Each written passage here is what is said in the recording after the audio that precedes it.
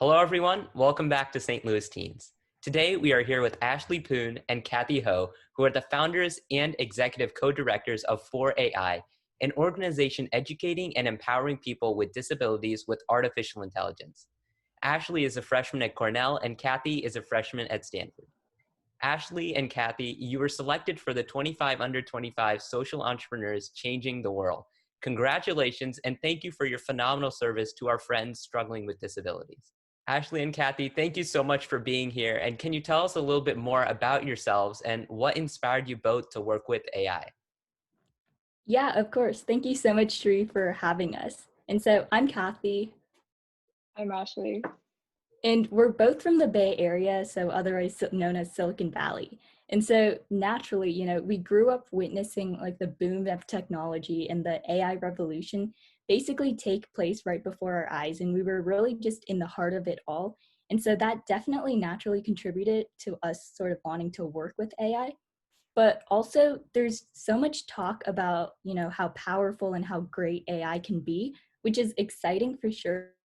But it's also like super important to sort of be aware of its shortcomings. And so I think understanding that there's still aspects of AI to improve also played a huge role in our decision to want to work with it.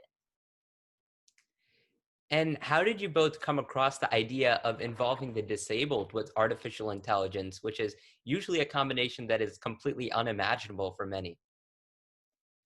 Yeah, we very much thought the same thing prior to creating 4AI, but we were volunteers at a local organization that works with disability community called Abilities United, which has recently actually been merged with another company, so they're now called Ability Path. But through just this really rewarding experience working with them, we started to notice a lot of the prejudices against people with disabilities and the lack of just opportunities given to them, especially in the workforce and when of employment. So in fact, the unemployment rate for the disability community is over 80%. And to add to that, there's just, a bunch of tech giants around us. And we noticed that the industry was really, really lacking in diversity, specifically the diversity of people with disabilities. But this diversity is actually really important with AI because since AI technologies are being integrated into the products of tomorrow, a wide variety of perspectives need to be included in their design. Otherwise, we end up with biased technology and therefore kind of a biased world. And so therefore it became our mission to somehow integrate those with a disability into the world of AI. And it's so wonderful that you were able to take on this initiative and be able to help those who are underprivileged as well. And I know it can be difficult, but if you each sort of had to pick, what would be your favorite part of 4AI? I mean, for me, I would say really it's the people, and I think I speak for both of us. Really just getting to know the people, connect with them, see them every time we host a workshop. I think that's a really important factor of why we continue to do what we do. One of them in particular, Pear, he's been with us ever since our very, very first workshop. He always strikes up conversations with us, and every time he sees us, he literally just like runs up to us and envelops us in this like giant bear hug. And so it's just so amazing to see, how our presence and our friendship and our workshops can light up someone's day. And he even went so far as to give us, plaques and to write a speech for us to present to us at an Abilities United cupcake event, which was kind of, presenting cupcakes in our honor just to thank us for our service and our work with people with disabilities. And you shared one of the individuals' success stories. Can you share with us some other success stories of people that you have been able to work with? Yeah, of course. And so one of the first activities that we usually teach during our workshops is how to program this mini game. And typically our clients come into these workshops with like no prior coding experience. And so when we first introduce this project, they often will feel like intimidated and they don't think that they can do it. But as we go through the steps one by one, they start to slowly learn how to piece their code together. And you can see them like get more and more excited as they watch their project begin to come to life. And then by the end of the session, they have like this completed and like totally playable game that they had just coded on their own. And so I guess just being able to see them discover this potential and discover a new passion is like a success in and of itself. And we're hoping that, after they go through all of our training workshops, we can see our clients thrive in like the tech jobs that we'll place them in. And continuing on that path, talking about, tech jobs and the current job market, the popular belief is that the artificial intelligence job market is something that belongs to the experts or may require a graduate degree or a doctorate degree. And it's commendable. And we commend you for your innovativeness and compassion in helping people with disabilities not only train, but also seek jobs in artificial intelligence. What specific jobs can these individuals apply for, and what kind of AI skills do you focus on? Yeah, so of course, the high level artificial intelligence careers, they're probably going to require multiple degrees, but there are actually a lot of various opportunities for, ordinary people to get involved in contributing to like the development of AI. And so, for example, in order to train these AI models, you need a bunch of data that has been labeled with the truth.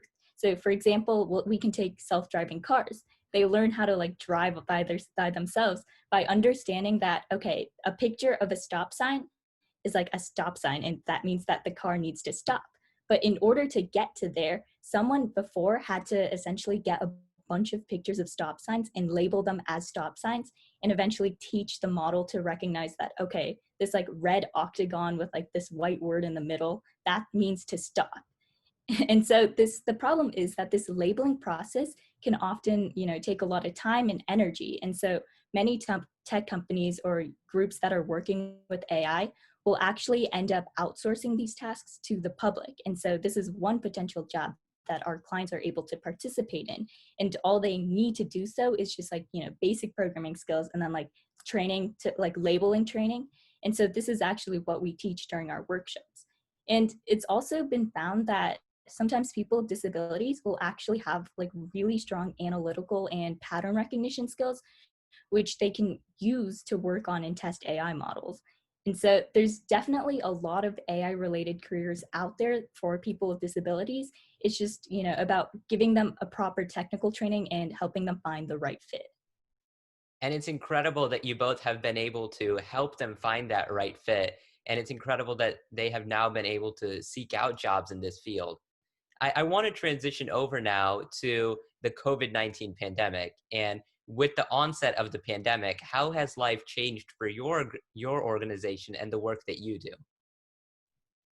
Yeah, so unfortunately, due to the pandemic, we're not able to offer our usual in-person AI workshops at disability organizations anymore, which was mainly the main service that we were offering to our beneficiaries. But since Abilities United works with those with developmental disabilities, and many of them have special needs when it comes to education, workshops held virtually would not nearly have the same amount of impact. And so rather than providing a lousy service, we decided to focus on other aspects of the nonprofit, like developing our curriculum, updating our website, taking on new team members, and applying for more grants. So therefore, more meaningful impact can be made in the future rather than now.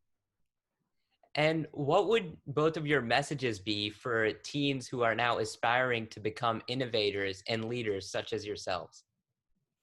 So one message that we definitely took to heart was the fact that you're never too young to make a difference. Anyone can make an impact as long as you're really passionate about what you're doing and willing to put in the work to make your idea a reality.